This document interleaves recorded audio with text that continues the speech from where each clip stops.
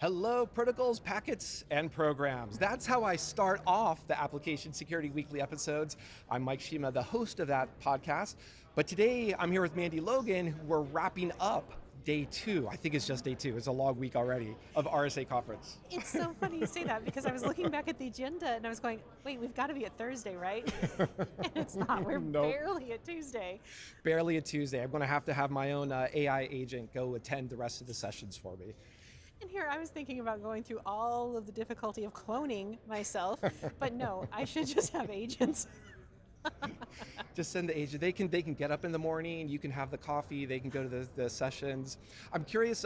Actually, speaking of Application Security Weekly, one of my co-hosts, Kalyani Pawar, she was giving a presentation this morning talking about paved roads, culture, basically collaborating with humans, which is important still in this day and age because a lot of the humans are still writing code, and we want to make it easier, more secure. Everybody is vibe coding. Everybody. There's no coding anymore. It doesn't exist. Vibes.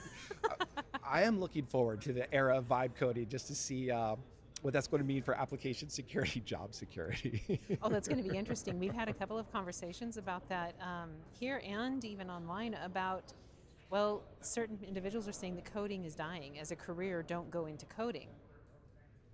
That's a bold statement to me, because I think if anything, if we look at the vendor floor here, look at a lot of the themes of the presentations, obviously AI, LLMs have been everywhere, but I think there's a shift. I think you perhaps were noting this too, of what are they actually using the AI for?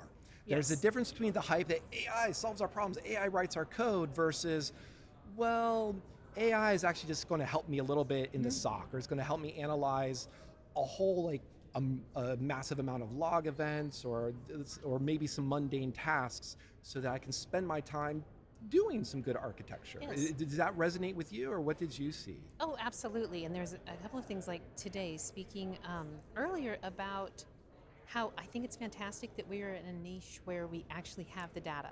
We actually have the information that AI is exceptionally good at this moment comparatively to other industries and being able to help. So being able to take all the log data, all of the stuff that is compiled by the SOC, and being able to use AI, even though it is not perfect, we have data. And so that I think is fantastic. And I also appreciated yesterday speaking with Rob Allen from ThreatLocker and discussing how ThreatLocker as a company at this point is pretty much primarily not using AI at all. They've made a strategic decision because they went through all of the testing, they did comparisons, and they found that it was not where they wanted it to be. So there are individuals who are still really focused on, no, what we're doing with humans is still better for us. We don't need to jump on this bandwagon. We'll go ahead and be strong and hold back until we see the proof that we can move this forward and make our customers and make security that much better. I like that. I feel like that's good to have that refreshing side. It is. Yes. It's nice that there's going to be hype every year at a conference like RSA, but that sense of realism echoes for me too. Yesterday I was having a conversation with our Cyber Singapore. We have a collaboration with them, and one of the companies was talking about post-quantum encryption, which mostly just boils down to how do we get lots of people on TLS 1.3? How do we get them on modern algorithms, which kind of has nothing to do with AI. It's some of the basics. So there's still a lot of companies out there that are struggling with just basic application security to get those things right, rolling out the multi-factor authentication for their employees rather than just jumping into LLMs for the sake of LLMs. Absolutely. And now going back to basics, looking through a number of the reports that have been published and things that were released in the last week leading up to RSAC, I am still humored by and struck by one report from Pluralsight on the AI skills report. Okay. So out of 1,200 practitioners that were surveyed for this report, 74% admitted to exaggerating their understanding of AI and or any competence they had in using it. Oh no. So let's get to the basics there. Yes, exactly. I'm embarrassed to say this, as a podcast host, I would probably fall into that 74%, right? Yeah, it's like, we have to talk. It does all these great things, but what does reality look like? What is it actually doing? Yeah, and I think there are a couple sessions coming up tomorrow that I'm curious to attend to look at because it ties into a little bit of that aspect of what are the LLMs doing, or how much of it is it making, is it unnecessarily adding to our headaches? Meaning, here's all the data going into it, or MCPs don't necessarily have a great story around authentication, RBAC, all these things that you and I, we could probably go down a list of nice acronyms about how are you doing this security, and suddenly agentic AI is like, well, this is cool stuff. Let's just worry about the security later. That's so true. I mean, but that is constant with every tool and every advancement that is made. Sadly, there is not secure by design. This is always, which I appreciated besides on Sunday, Wendy Nather's keynote. I thought it was interesting that she brought out, she felt antivirus coming out was the worst thing that ever happened for security because it took the responsibility off of the developers to actually go back and fix what needed to be fixed from the start. So and I thought about that. I was like, we're kind of seeing then a snowball of that general idea has continued. However, I do think there's a lot of advancements that will be fantastic. Like I got to go through the AIXCC cool. exhibit, the entire thing here from DARPA. And for those who have not heard of it, it's a 2-year contest to find the most exquisite teams that can set up autonomous AI to discover and autonomously patch. And yeah, that autonomously patch is an important part of that equation. I like that. Right, so they are down from 90 original submissions to the final 7 teams. And back, I believe it was about 2 months ago, in one of the exhibits, like the exhibition parts instead of the final part of the contest, there were teams that were able to find, in fact, 1 0-day inside what they were operating this contest within. So they were able to do that in one instance so far outside of the contest parameters, but actually helped the contest. And I can't wait to see, well, what is it with the autonomous patching? Interesting. And I also find that interesting because my understanding is like LLMs themselves can't be patched. They have to be scrapped and restarted. So funny that they're able to use LLMs to go forward and make autonomous patching, even though it can't be patched well, itself. and I think, because there's that aspect of LLMs to be a little bit over reductive, if I can, that's just what's the statistical sequence of this word follows this word follows this word, but it's probabilistic or stochastic or whatever fun, synonym we want to throw in there, whereas code should be deterministic in the sense that I did my secure design. It's supposed to log you in and authenticate. Right. This is Mandy. It's not Mike. Mike can't do a IDOR attack, SSRF, or any other OWASP top 10 entry to get your data. And I think that's where, if thematically to come back to some of what the conversations I've had or seen on the floor, is AI as those assistants, like the AIXCC, as opposed to AI making decisions or AI just being let loose to go do who knows what. So I'm very excited to look forward to skipping ahead to DEF CON and seeing more of the AIXCC because there's a lot of cool fuzzing that the LLMs are doing. So they're kind of bringing together a lot of tools and being smart about it. So that's my take for the week that I hope to see more of, and looking forward ahead to DEF CON. I'm not sure, what are you looking forward for the rest of this week? Oh, there's a lot. I'm actually excited to get to the expo floor. I did not get there today.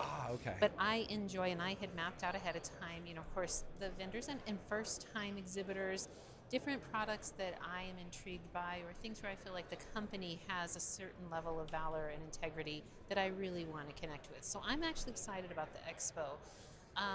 And then, time being, I'm always game for birds of a feather, or for non-recorded information, because as all of us con-goers know, the recorded talks are there later, right? Sad to say, I did miss the Ron Howard keynote. I was excited for it. I missed that as well, right? yes. It's that would have been fantastic. But there were quite a few. I have to look at my agenda again for... Was there anything in particular you were looking forward to tomorrow? There was tomorrow. Anton Chuvakin and friends are doing looking at LLMs and securing them. So how do we apply to riff on that idea of secure by design? how are we doing secure by design for what LLMs, how are they handling data? How are they handling the prompt injection, which is the cross-site scripting of LLMs, I like to say. So that's an interesting angle I want to hear more of. Interesting. And that goes along with one I noticed for tomorrow at 9:40, Safe AI Adoption Standards and Best Practices from Coalition for Secure AI. We've already covered that this is a constant trend, and it's only going to continue to be a constant trend as generative AI embeds itself, almost. Yeah, it's there already, yep. Well, we were talking earlier, I was speaking with somebody and he goes, oh, well, I'm shocked that when I go to access Copilot in the morning that my daily queries are already gone. I'm like, what do you mean? He goes, because all my kids and everybody have found out how to use it and they're taking over. So it's becoming so embedded in our younger generations, which, I mean, it just fascinates me and boggles my mind that we get to be at a conference like this where we're at the forefront of many people actually figuring out how to delineate between where is it an assistant and where is this just another mass complication, because now it's creating a whole new attack surface for older exploits and for older vulnerabilities to come back out. Yes, I think we're going to see that, and hopefully the younger generation are the next ones to earn a lot of great bug bounties on here's how they either abused, misused LLMs, or discovered here how the LLMs are creating bad code because they were trained on bad code. Right. And so we've just reinvented a bunch of new insecure APIs. So that's going to be my hope for the next generation of kids and application security. Okay, but what's your hope for, I guess, SOC analysts, for the people who right now are pulling their hair out? Well, good luck. Well, that's where I do hope that if there's a contribution from LLMs, that it's going to save them time, and it's going to be able to say, here is a whole bunch of data, a whole bunch of logs, focus on this few. Like, rather than spending 2 hours of your day looking at things, looking at the same mundane, boring list, just look at these top 3. So saving time is going to be what I hope is helpful for them in the SOC. And I know, speaking of time... So do you equate that as automation? I would equate that as automation assistance, yeah. Okay. Yeah, it's basically a very fancy grep. Call it a semantic grep, if you will. Okay. Not as in SemGrep the company, but just an understanding of here's a bunch of text, here's how to make it more interesting. But that's what I've got for time, and we're running out of time for today as we wrap up. So, is there something final, a message that you want to leave with all of our viewers? Ooh, I would say try to be on site and do CTFs and learning labs. And then really look into the RSAC community, because that's new and expanding. And when I looked on the library, I think there's already 7,000 resources available in the community library. That is a lot. Wow. So that's wonderful. Yeah, take it, do the CTFs, check these out. Do the hallway con, the elevator con, the escalator, whichever place. That's a great suggestion. So please keep an eye out for Mandy throughout the week. Keep an eye out for me. Yeah. And that's it for Tuesday, I believe we're still on RSAC 2025.